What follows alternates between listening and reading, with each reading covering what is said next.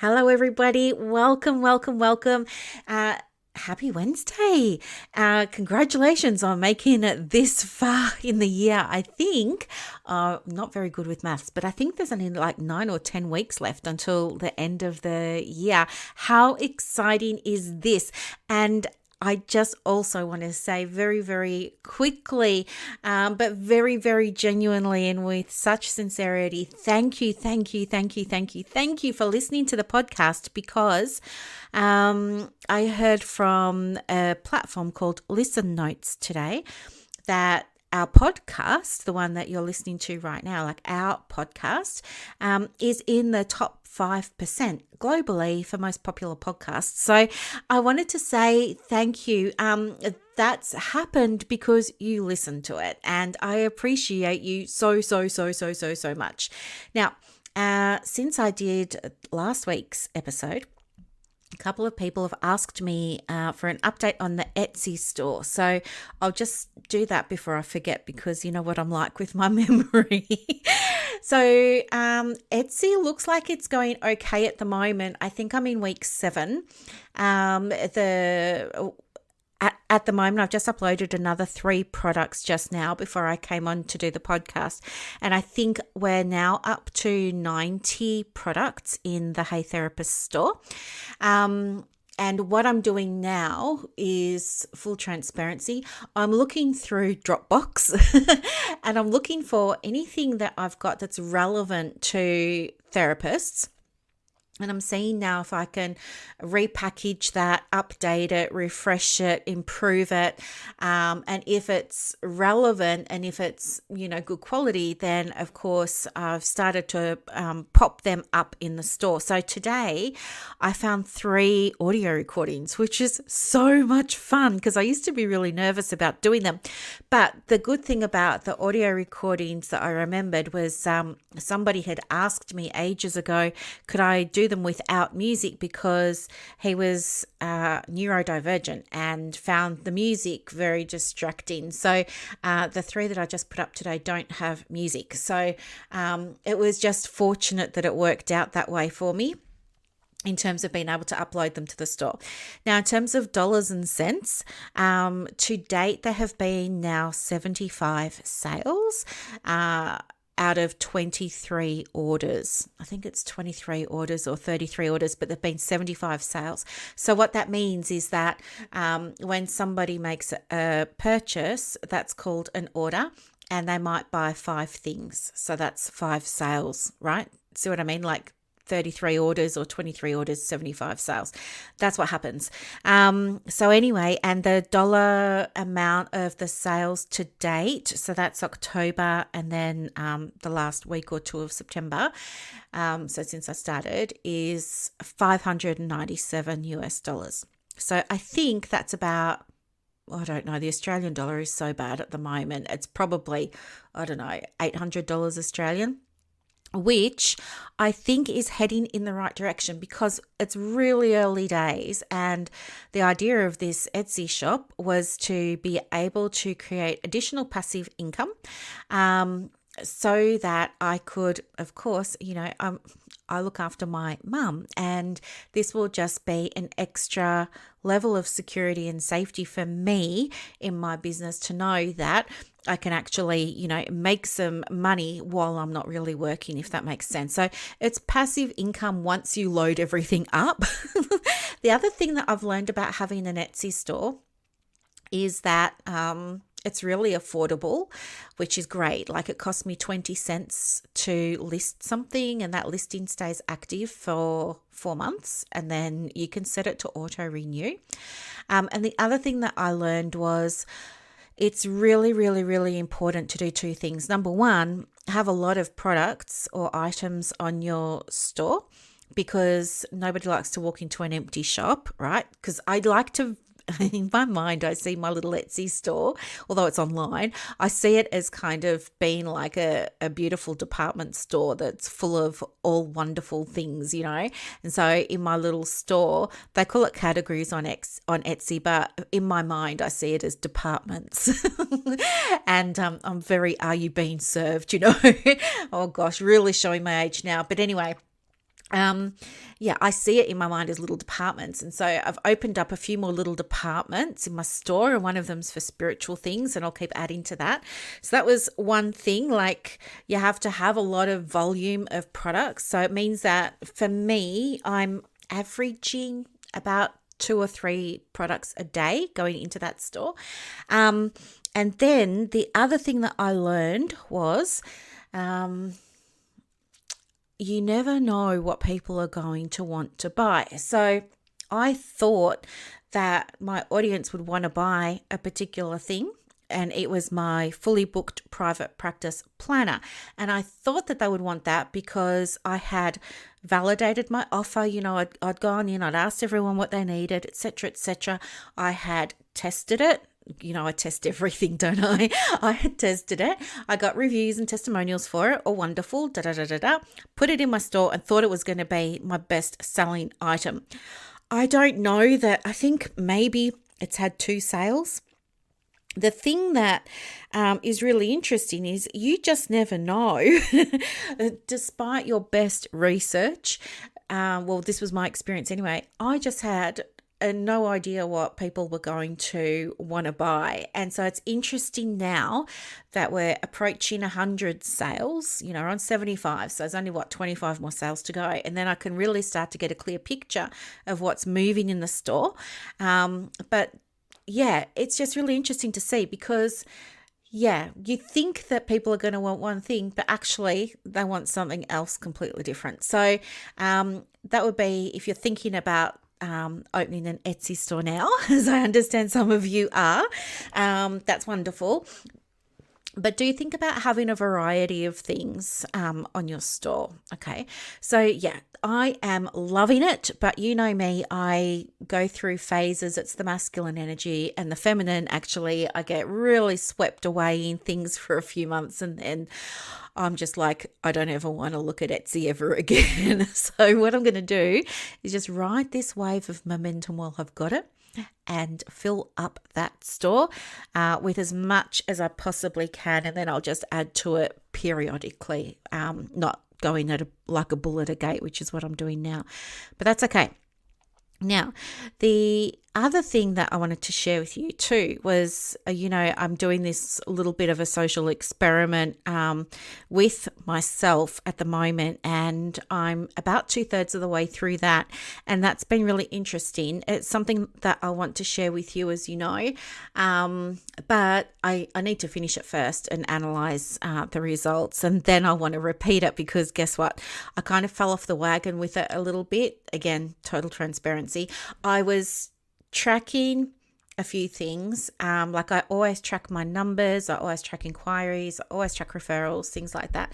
But I was also making a Trello board, and in the Trello board, I was using it to make notes about what I was doing, so that if this all worked out, like my very secret project, if it all worked out, then I would be able to make it all pretty and nice and, share it with you.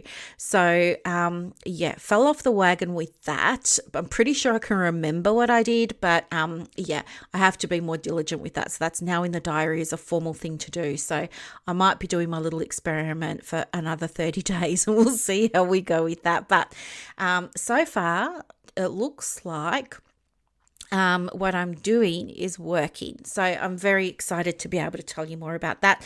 And then the other thing that I wanted to share with you as well was, just the universe really. I was talking with some people around manifesting in the private practice. I'm very interested in how do I get more clients. That's a big question. So when people join my groups, I ask them in the join up questions, where do you need help? What are you struggling with?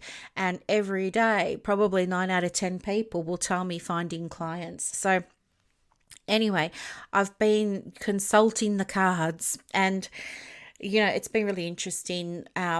2 days now. So Monday, Tuesday, the same card came out, which was guidance around, stepping back, having a rest, nurturing, recharging the batteries and things like that, which of course makes a world of sense because in order to be manifesting what you want, you've got to allow space to receive.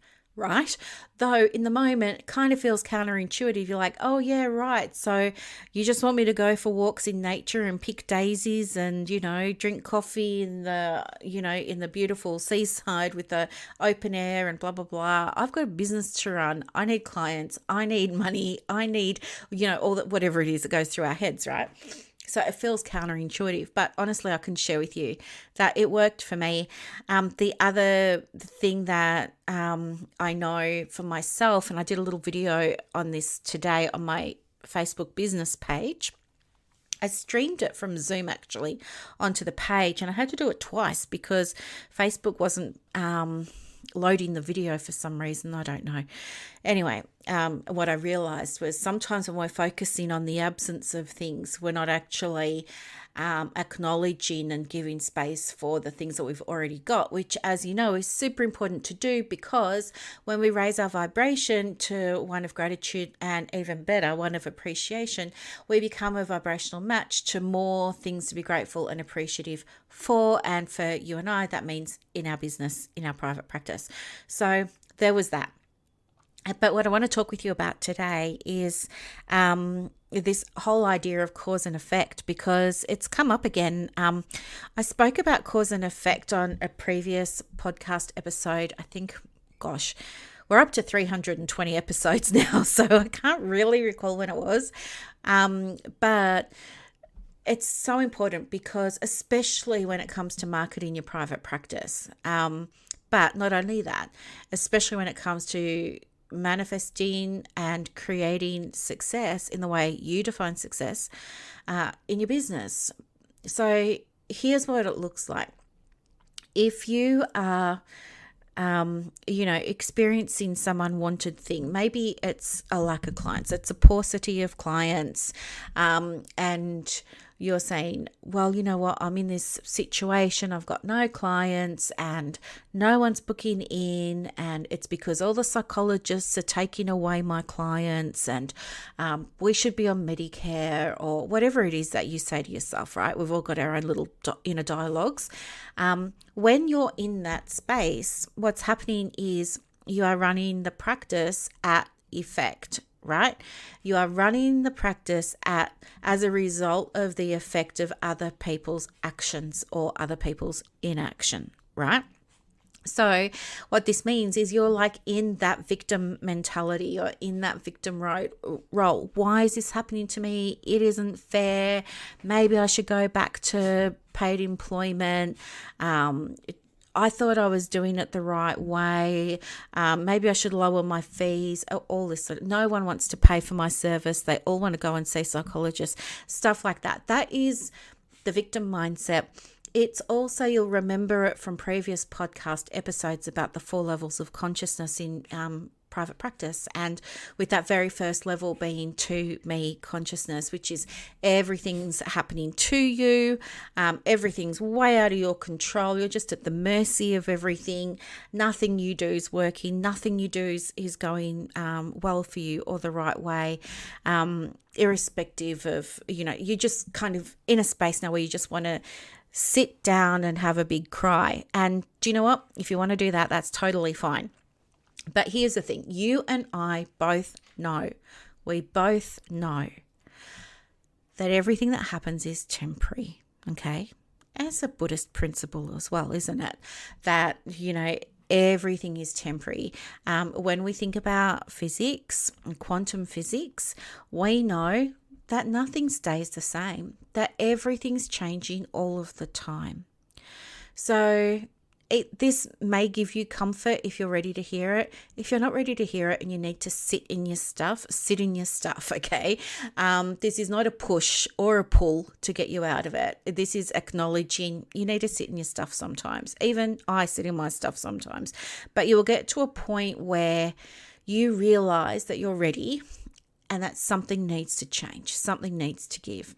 And when you're in that level of awareness, you move into, when we speak about the levels of consciousness, you then move into by me consciousness. And that's where you start to take responsibility for things, but in a different way. So this is really important because it puts you back in control of the practice. It puts you back in control of the business. And that just has so many benefits, right? Because suddenly you get to direct everything. But when we're in this, right, we are now operating the practice from cause, not effect. Cause. So the first thing to do is to say, okay, what's this situation that I'm finding the business in right now? How did I cause it? What did I do that's resulted in this unwanted outcome? Or perhaps it was, what didn't I do that's resulted in this outcome? Did I not have the right forms signed off on? Did I not have the right processes in place? Did I not have automation set up? Did I, was I posting the wrong way on social media? Was I being too general on my website? All those sorts of things. So you want to identify how the behaviors or the thoughts or the feeling or the way you were showing up in your practice caused this unwanted situation. That's you taking responsibility. I know it's a bitter pill to swallow, isn't it? A bitter pill to swallow. Say that 10 times fast. And then what I want you to do is shift then into, okay, now that I understand that and I understand how it was caused, how can I now be the cause of change, right? What do I need to do? If I was responsible for creating change, what would that change look like? What do I need to do next? What's my next aligned action? All of those sorts of things. So, and when you step into that level of consciousness, big shifts happen, big changes happen, the momentum returns, your confidence returns, you're taking action again, and things start improving and getting better. So this is such an important concept to understand. So, I love spirituality, and I create frameworks around what it looks like in private practice for you. And today we're talking about the 4 levels of consciousness, but cause and effect actually comes from 2 places. It comes from psychology and it comes from neuro-linguistic programming, or NLP. I haven't studied NLP in any great depth or detail, and it wasn't ever something that was studied in all my 14 years of university training at Monash. But that concept of living at cause and living effect is shared between both psychology and NLP. So if you want to learn more about cause and effect, you can definitely go and look it up, and that'd be the 2 places to go and have a look.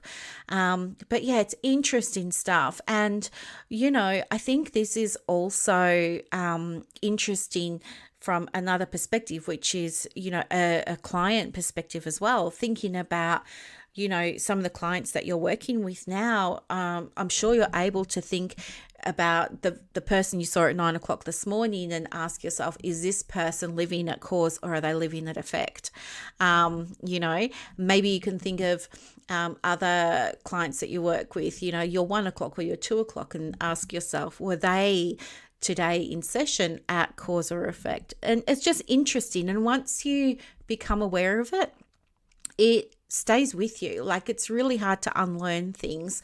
And this can be a really, really helpful, effective, powerful lens for looking at what's going on in your private practice. So I'm sharing it with you today because I want you to have results. I really want you to be so successful in your business.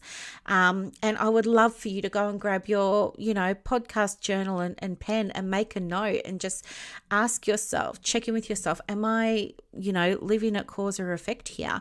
Or am I showing up in my business at cause or effect? Or am I seeing this situation from cause or effect? And if it is effect, the next question to ask yourself in the journal would be, well, if I was living at cause, what would I be doing? How would I be taking control of the situation?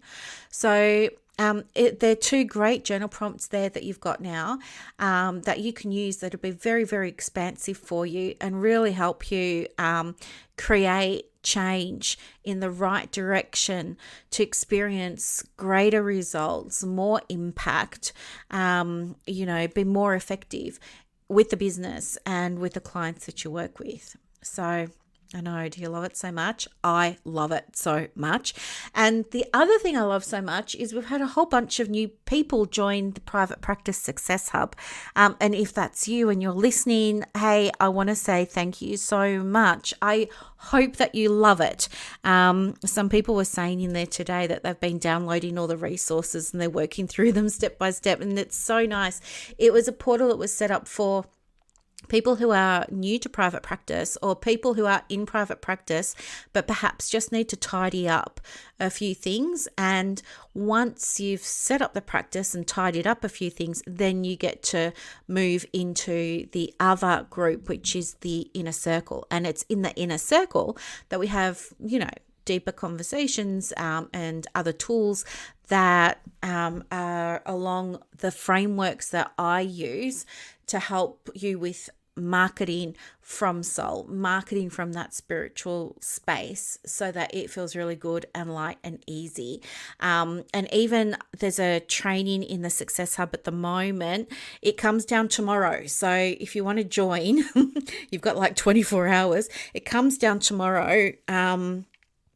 And it's all on marketing with soul so that you don't have to be pushing and feel like a salesman feeling or anything like that. So, and that's been getting some really, really, really wonderful feedback. So if you struggle with marketing and you need to get clients and stuff like that, maybe jump into the Success Hub and, watch that training before it disappears. If you're in the inner circle, you will receive it when I take it out of the Success Hub tomorrow. So that'll probably be tomorrow night in Australia time, right?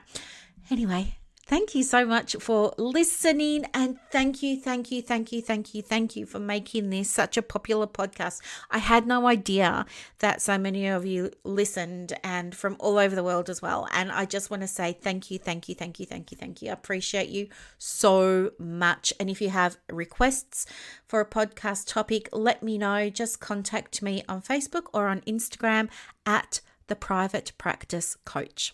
Bye for now, everyone. Have a lovely evening. Good morning, everybody. Welcome to another episode of the Private Practice with Soul podcast. Thank you so much for your lovely feedback about the last episode, which was about the trip to Morocco. And, well, not the trip to Morocco, but one of the things that I experienced while I was there.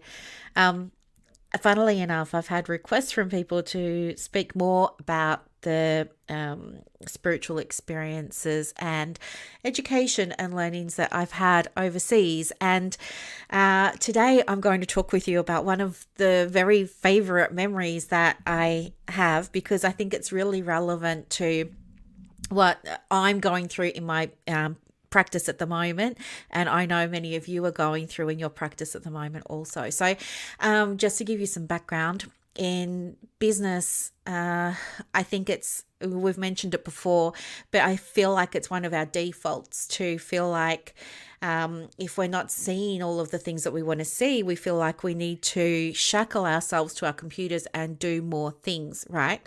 And it feels so counterintuitive to step back into that feminine energy of receiving. And when I'm talking about that, even I've struggled with that. It wasn't this week, it was the week before. I was just caught up in all of that doing. And the last thing that I really wanted to do was step away from that and go and have, a lovely time somewhere doing something else and fill my cup. So, yeah, that's what today's story is about, and how it relates to that. But let me tell you about this experience that I had and how it's come about. So yesterday I was talking to my coach, and I was thinking to myself, there are definitely more opportunities for me to be doing some of the more feminine work. I'm very much core masculine essence. So sometimes I get in my head about being in the feminine. I'm like, oh, it's such a waste of time to go and taste wine or eat cheese or, you know what I mean? Like move my body and things like that. And I'd much rather be sensible and stay in front of the computer and do things. But I also know that when I step back, good things happen. So I was thinking about what could I do that would really be nourishing and fill my cup. And so I was journaling and I was thinking about how much, like, I'm a water baby. I don't know why. I love being submerged in water. It's just lovely. Like, I've just had this, as you know, I've just had this spa put out the back. I'm still waiting for the council guy to come and tick it off and everything. But before I can fill it. But hey, now gas prices and electricity prices are set to increase to 50% or something. Maybe I'm going to have to get a huge solar battery for my spa. I don't know. We'll figure that out later. But anyway, so I was thinking about water and how much I love being in water. Like, I could stay under the shower for the longest time. I could stay in a really beautiful bath with all my candles and everything for the longest time. And I do. And I was thinking about bathing overseas. And one of the things that I really, really loved when I was in Arabia, in the Persian Gulf, there was a traditional hammam. So hammam is spelt HAMMAM. And I'll never forget the first time that I experienced it. It was just sort of bathing on a next level. So let me describe it for you. Basically, you're walking along all these really dusty, crowded streets. There's donkeys, there's camels, there's what else? There's a lot of cars, and they've got something called the Cairo Kiss, which you might want to turn your sound down for a minute as I mimic the sound of a kiss, but listen. Like that. That's called the Cairo Kiss, and that happens when the cars are so close that they rub against each other. So there's a lot of hustle and bustle in Cairo and around all those areas in the Middle East when I was there.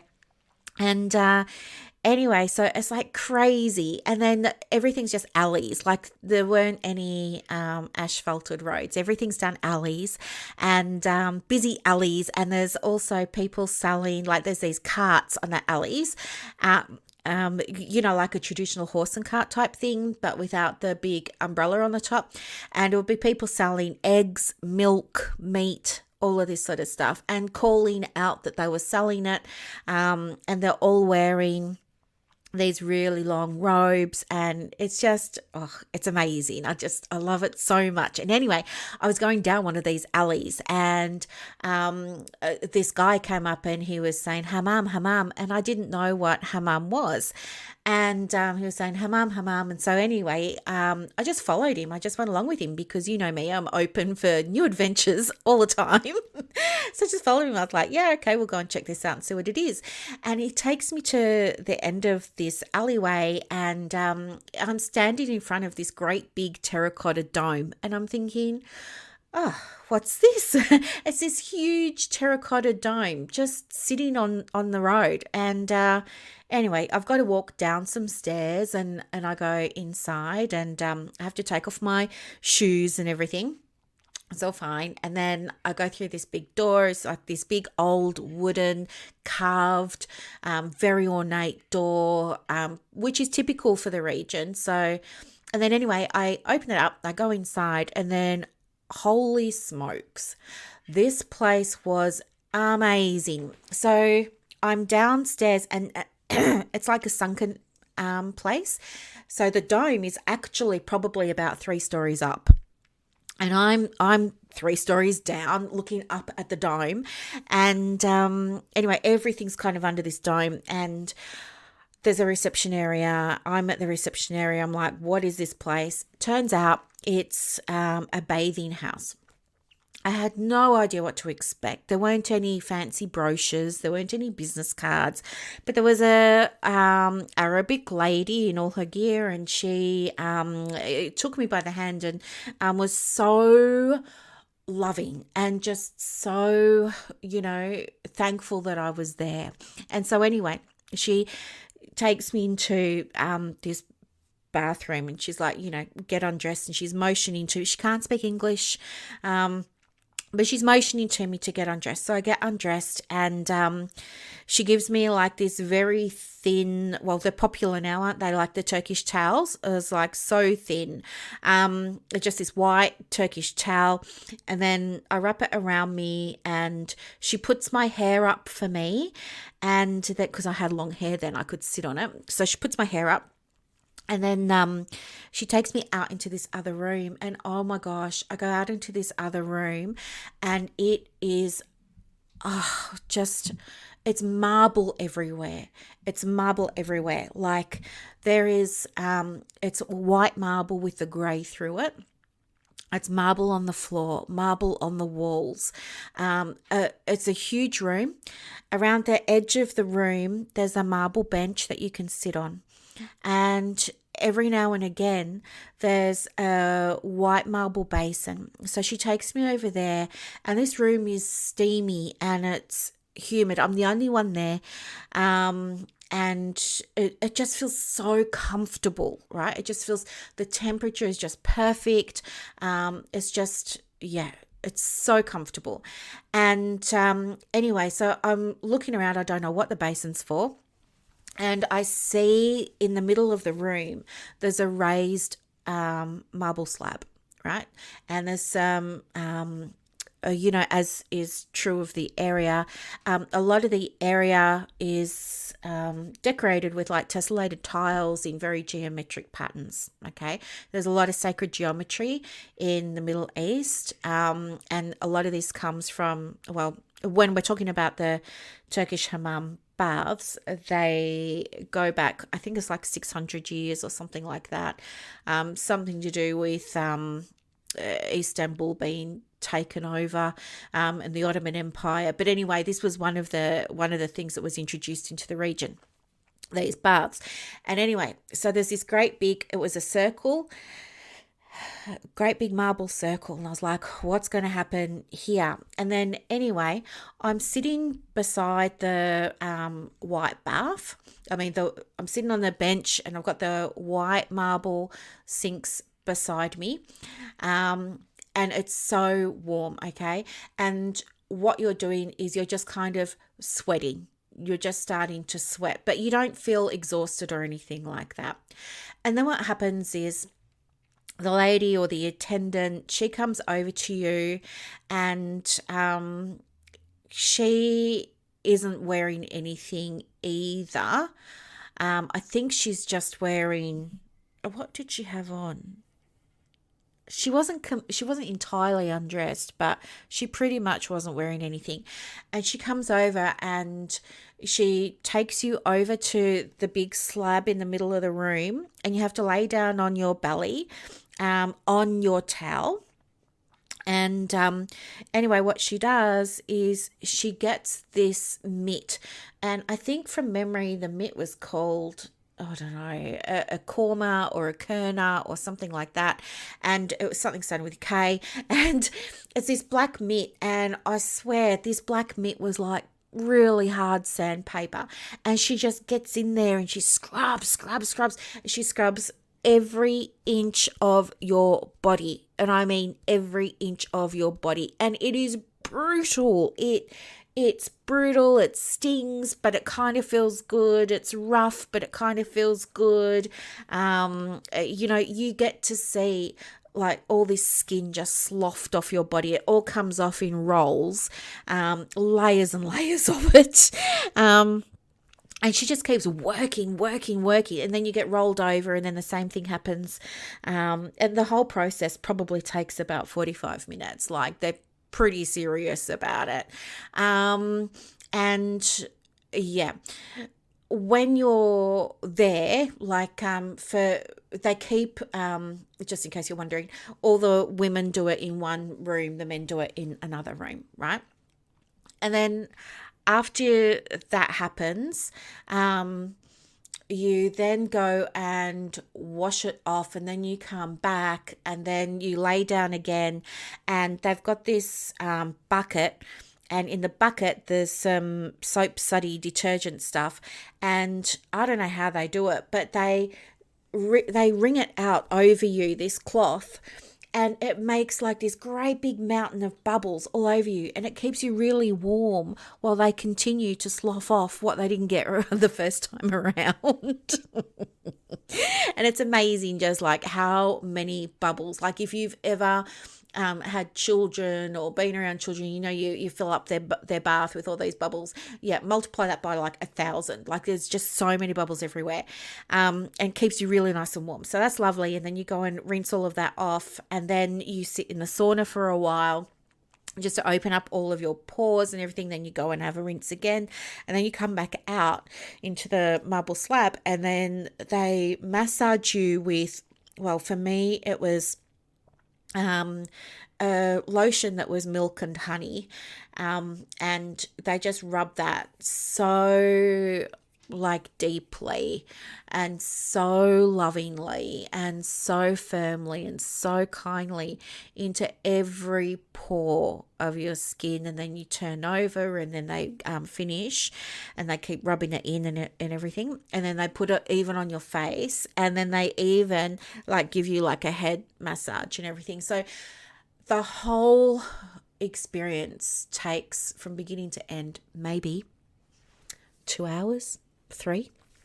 And then after all of that's happened, you don't have to rinse it off or anything like that. You go out into another area where you're totally pampered. It's like you're treated like royalty. They give you a robe and some slippers, and you put them on, and you sit out in this beautiful courtyard, under another dome. It's still really warm and everything, but there's like lush trees around, and they bring you out dates and yogurt, and you dip the dates in the yogurt and you eat those, and you have some nuts, and it's all like really traditional, and they make you like mint tea and stuff like that, and you enjoy that, and you just allow yourself to really soak up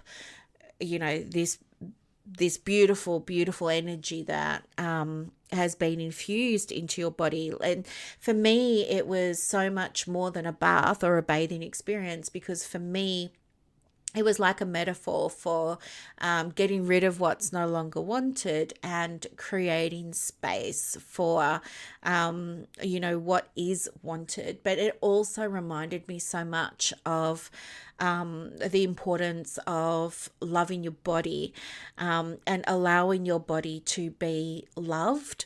And I think, I don't know, when I hear phrases like self-care, they've never really gelled for me, but I feel like this was not self-care. This was more self-love. This was more self-appreciation. It was more self-respect. And the other thing that made the experience so beautiful was the woman who does it. So it's women work with women and the men work with the men, attendants. So you will never be, if you're a woman, you'll never be paired with a man, and vice versa. So there was just like this sense of sisterhood. There was this sense of connection to the old. There was a sense of connection to history. There was a sense of connection that surpassed cultures. There was a sense of deep love and deep connection between this lady and I, because I had just been completely vulnerable with her, and she had not judged me. She had not, do you know what I mean? Like, I hope this is making sense, but it was just on a spiritual level. It was just such a very powerful experience. I just felt totally held, totally accepted, totally received. And I allowed myself to receive, and I allowed myself to be cared for, to be held, all of those sorts of things. And that dynamic just rose above other things that could have been limitations, like language barriers or like cultural differences and stuff like that. And so it really, for me, was an eye-opening experience in that that was one of the first times I realized that energy is energy, and that I can experience flow. I can give, I can receive, and that she could give, she could receive, and that things that happen to us as humans are very much human experiences. And I'd heard people like Dr. Joe Dispenza talk about that. And, I'd never really, I had learned it, so I had the knowledge, but having the experience of it is something that you can never unexperience, and it's something you can never unlearn. And I felt more connected and more a part of the world and the planet and the space and the divine and consciousness as a result of that experience. And it just was so deep and so profound that it's never, ever, ever, ever left me. So when I was thinking yesterday about how much I really like being around water and things like that, I was also thinking to myself the importance of allowing, and I realized I haven't been allowing things for myself that I can do, but I also haven't been allowing others to help me. Like, I've got this coach and he's great, but a lot of the time I want to do it myself. So now it's constantly learning, right? You're constantly learning. And I'm just in this, there's rhythms and cycles in business. And for me too, there's rhythms and cycles. And I'm just in this part of the cycle at the moment where I'm having to learn to be open again and learn to be vulnerable again. Because I know when I do that, connections happen, and that's what's really important to me.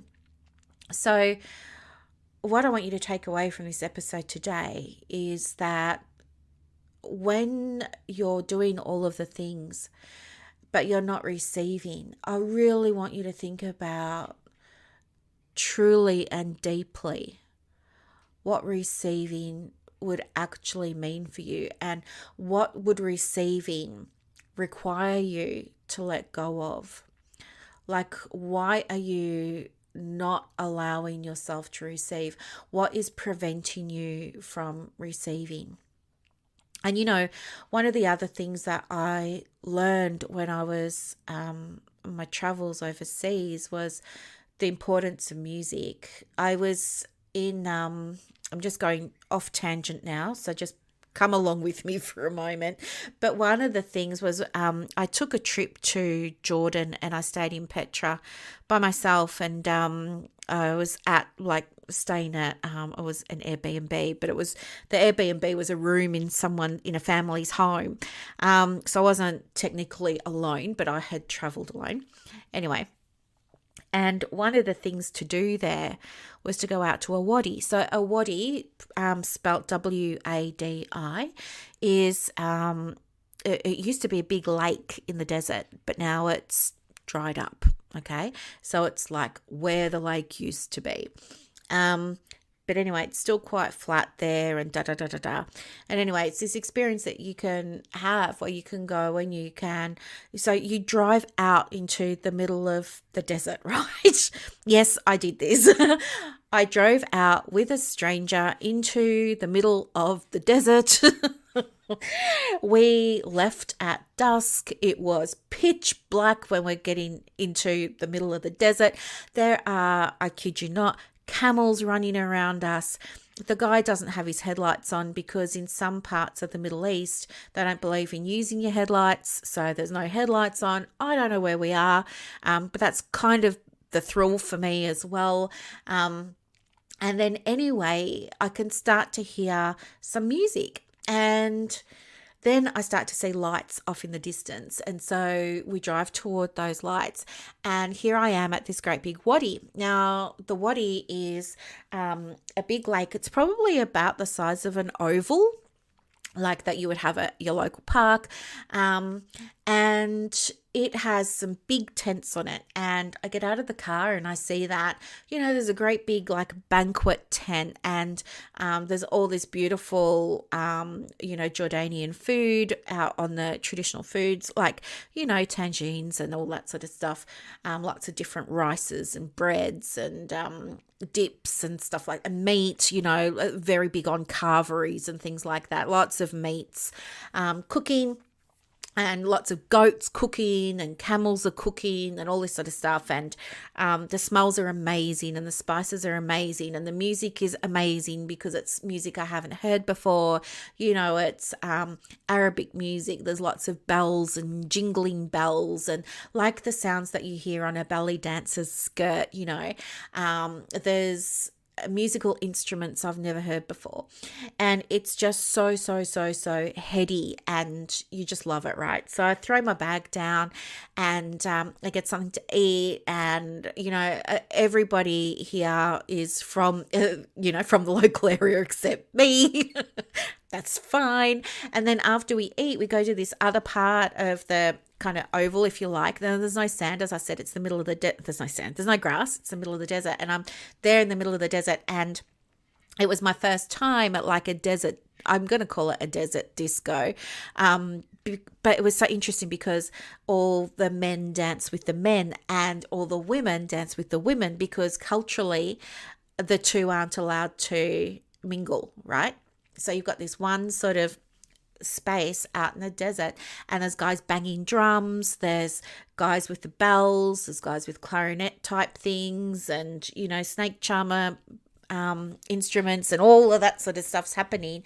It's just wild music, and I just sat back and I watched the men dance, and the way that the men were dancing with each other was beautiful, and I could see the energy, but also the love that they had for each other. So in the Middle East, it's really common for, because there's this separation of men and women, it was really common there for men to interact with each other in a way I wasn't used to back in Australia. Like the men would walk around holding hands, the men would kiss each other, the men would, do you know what I mean? Like just things that I hadn't experienced before I was experiencing.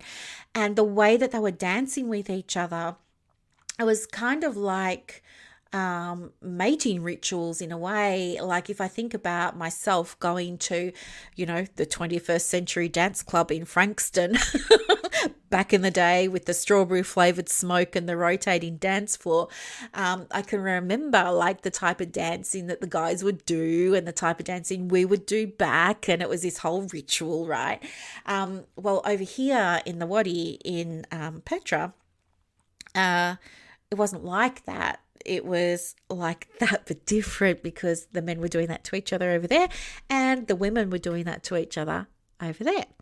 And so it was really interesting to observe that. And then to be, the women pulled me up and I started dancing with them, and then the women were dancing toward me, and then I was dancing toward them, and it was all magic, right? Anyway, so we're loving it. And it turns out that there's a guy there and he speaks English. So really they're not meant to mix the men with the women. But maybe because we're in the desert away from the police, there was a little bit more of a relaxed atmosphere, because when we went back to have, so there's no alcohol obviously, but when we went back to have drinks, which is like all kinds of nectars, we went to have some nectar, and one of the men was pouring as I was approaching, and we started to talk, and I was telling him how much I really appreciated being part of the evening and having that experience. And he was sharing with me that one of the things in the culture around the music is that they believe that music is a way that you are going to try and put it in language that we will all understand and be familiar with. But so I hope I don't get this wrong or misinterpret it for you. But for them, music is a way to loosen, unblock, blocks that you might have towards being your authentic self, right? They believe that, in your heart or in your soul around that area, a block, like, I don't know, something you believe, perhaps something you don't want, something you're hanging on to. They believe that that kind of, forms a shell, if you like, around who you really are, or around your heart, or it disconnects you from being able to connect with what we would call a higher power. Okay, so I'm just putting it in our language here, but anyway, what we might call a higher power, and that music is a way of loosening that wall, helping that wall crumble a little bit. And when that wall crumbles a little bit, it allows your soul or your heart or that space within you that's, maybe empty, to receive, right? To receive nourishment, to receive, I want to say flow, to fill your cup, your cup, your chalice is your soul, right? So they believe that's the purpose of music, and that's what the drums are about, and that's what the percussion is about, and that's what the fast beating of the drums with the hands is about. It's about trying to break up that stuff that's around your heart, that's impacting or stopping or preventing or limiting your connection to the divine. They call it something else, but anyway, the message is the same message regardless of the language that we use, I believe. So yeah, and then I went to bed that night in my little tent, which was a whole other story because there was a drama there, but because I was the only white woman there, right? So I was clearly a tourist. I clearly did not belong, right? I'll just go aside and tell you what happened, but I went into my little tent, right? And I'm in the tent, and I've got a sleeping bag. I'm in my jeans. I'm in my wind sheeter. I'm feeling very nervous because when it's quiet in the desert, the silence is deafening. I cannot tell you, like, there is nothing like it. You can hear everything, even though it's so, so, so, so quiet. And I was there, and I was in my little tent, and the tent did up with eyelets and ties. So there was, like, from the inside of the tent, you have a little tie about as long as a shoelace, and you thread it through the eyelet of each flap of the tent, and then you tie it into a little bow on the inside, right? That's how you close your tent. It wasn't zip up, lock up, anything like that. Anyway, I was there, and I don't know what time it was, but I started to hear footsteps. And so my spidey senses, trigger, and I'm thinking, oh no, what's going to happen now? I'm going to get raped and left for dead in the desert, and da-da-da-da-da.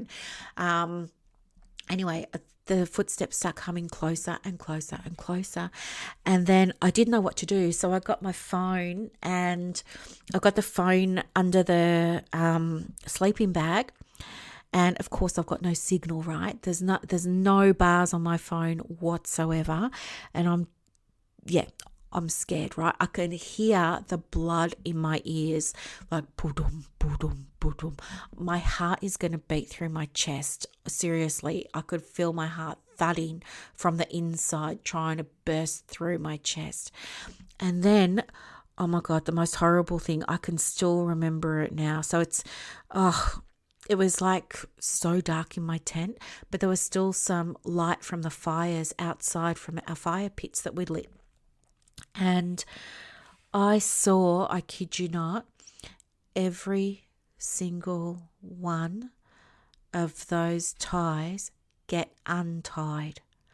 The hand came in, it reached for a tie, it untied my bow, and then it went down for the next bow until all the bows were gone.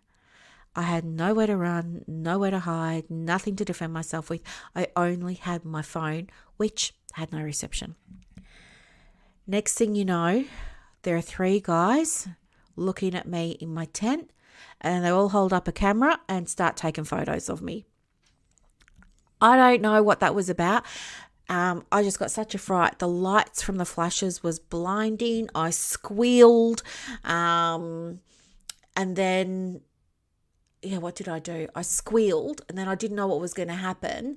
And then they ran off. I think they expected that I was going to be asleep. But I wasn't, because I heard them coming. I never found out what happened to those photos. I don't know why they took those photos.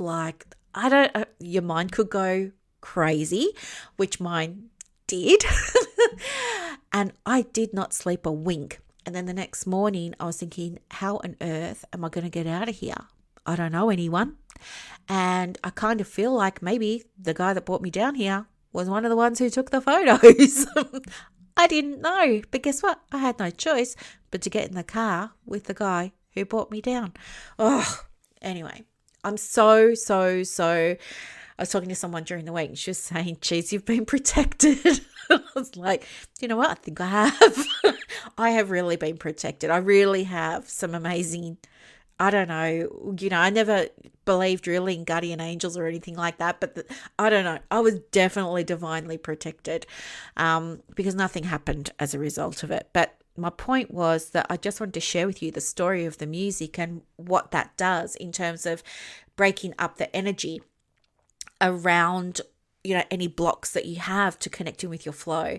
And so now I understand why for the feminine, having movement and having music are so important. Like, I understand that.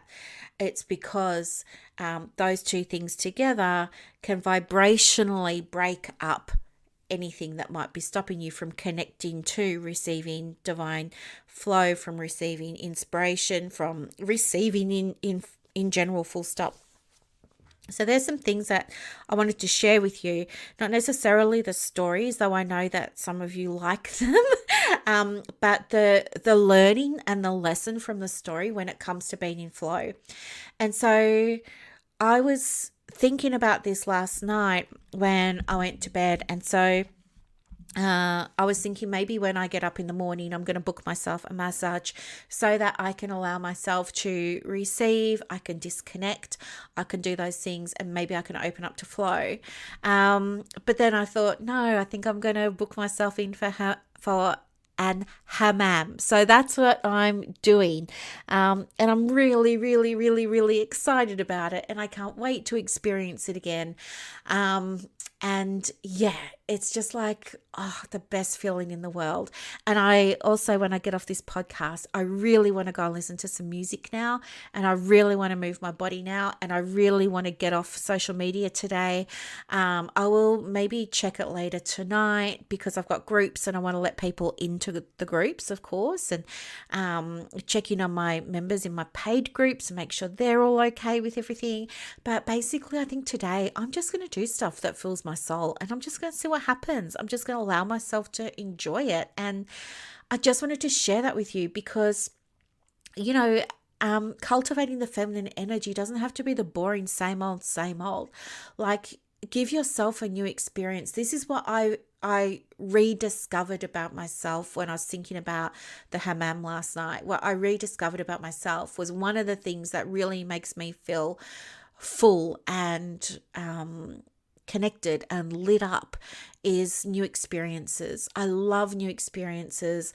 I love seeing new things, hearing new things, learning new things. I love that, right? And traveling. I really love all of that stuff. And that's what fills my cup more than, I guess, having a bath or, giving myself a facial or something like that. I connected last night back in with what really lights me up. And I want you to take away from this call today that when you do things that really light you up, you create space for flow. And with that flow, you make space for receiving. And that's what I wanted to share with you today. So I hope this was a helpful episode. I hope it was really powerful. And thank you so much for listening. I really, really, really, really, really appreciate you. Bye for now. I hope that you loved this episode as much as I loved putting it together for you. To get more resources to help you in your private practice, head over to Instagram. My handle is @theprivatepracticecoach. And also, if you want more inquiries and referrals for your business, let me know. I have a program called Clients on Demand that opens every quarter, and I can absolutely get you some information for that as well. You are doing an amazing job. Thank you for sharing your gifts with the world. Bye.